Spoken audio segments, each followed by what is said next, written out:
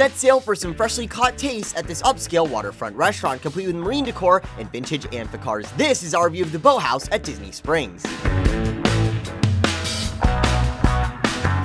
The Boathouse, located within the landing in Disney Springs at Walt Disney World, is a picturesque table service restaurant serving lunch and dinner. This dining location is a bit more than just your average restaurant, complete with a boat dock full of antique boats and an outdoor bar, not to mention the cars driving around on the water. Inside, there's a more extensive bar where you can walk in and grab a drink and some small plates, as well as live music and, of course, a table service restaurant. The Boathouse offers high-end as well as traditional Americana, from a New York strip to the classic cheeseburger. The naval theme of the restaurant is also reflected in the menu, including shrimp, lobster, ahi tuna, clams, and more. This fusion of cuisine also carries to the kids menu, where they offer all sorts of interesting dishes such as grilled salmon and mac and cheese. For an appetizer, along with the complimentary bread and butter, we went with the world famous oysters. Served with cocktail sauce and a cucumber mignonette, these are some amazing oysters, and they're definitely a must-have when visiting this restaurant. For my entree, I got the Yacht Club BLT with roasted turkey breast and chipotle honey mayo. This was a delicious entree and is easily one of the biggest sandwiches on property. The one thing with this dish is the bread was a bit dry, but the taste made up for it completely. My brother got the triple double cheddar burger, which includes 2 patties, bread and butter pickles, Dijonnaise sauce, and freshly cut fries. Originally, he was going to go with the classic burger, but given us only $1 more for the triple double cheddar burger,